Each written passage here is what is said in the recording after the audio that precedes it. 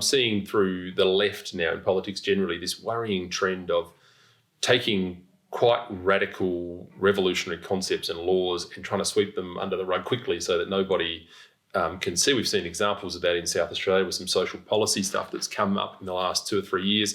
But it feels like this here is a bit like that. I mean, back at Federation and before, in 1891, they spent almost a decade talking about the Constitution. Admittedly, more volume, but this is still a whole chapter.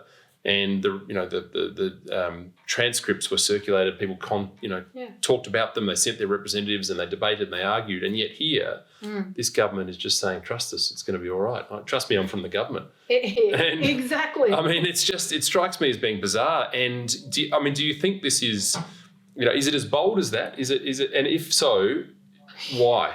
Yeah. Look. I mean, there wasn't a constitutional convention, and that's obviously deliberate because even with the Uluru Convention that they held and those dialogues, they were invite-only individuals. So even the Indigenous... I didn't get an invite. I didn't get an invite either. I certainly didn't get an invite, and there was a purpose to that because it was the proponents of the voice pushing their particular agenda. That's what they wanted to achieve is the final outcome. And the name Uluru was used and exploited for this PR campaign.